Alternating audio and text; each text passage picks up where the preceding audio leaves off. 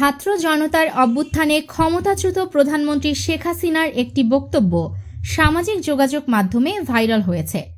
Viral হওয়া সেই বক্তব্যটি হল, কেউ বাসে আগুন দিতে গেলে তাকে সেই আগুনেই ফেলে দেবেন।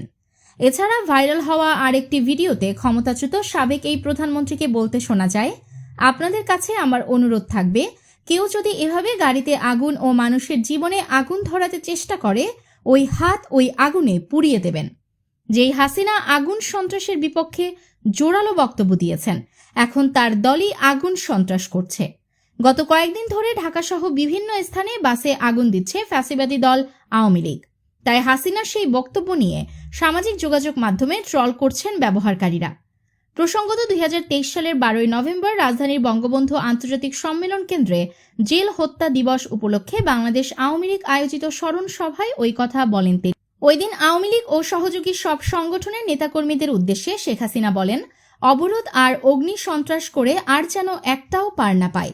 যদি কোনোটা আগুন দেওয়ার সময় হাতে নাতে ধরা পড়ে, তাহলে সঙ্গে সঙ্গে ওই আগুনেই তাকে ফেলতে হবে, হাত পুড়িয়ে দিতে হবে। যে হাত দিয়ে আগুন দেবে সেই হাতই পোড়াতে হবে। তাহলে এরা সোজা হবে, না হলে সোজা হবে না।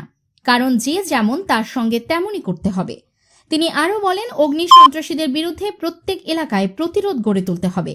এদের খুঁজে বের করে ধরিয়ে দিতে হবে, আর মানুষের জানমালের সুরক্ষা দিতে হবে।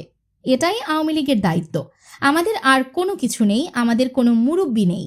দেশের জনগণই আমাদের সব। নিউজ ডেস্ক, আলোকিত প্রতিদিন।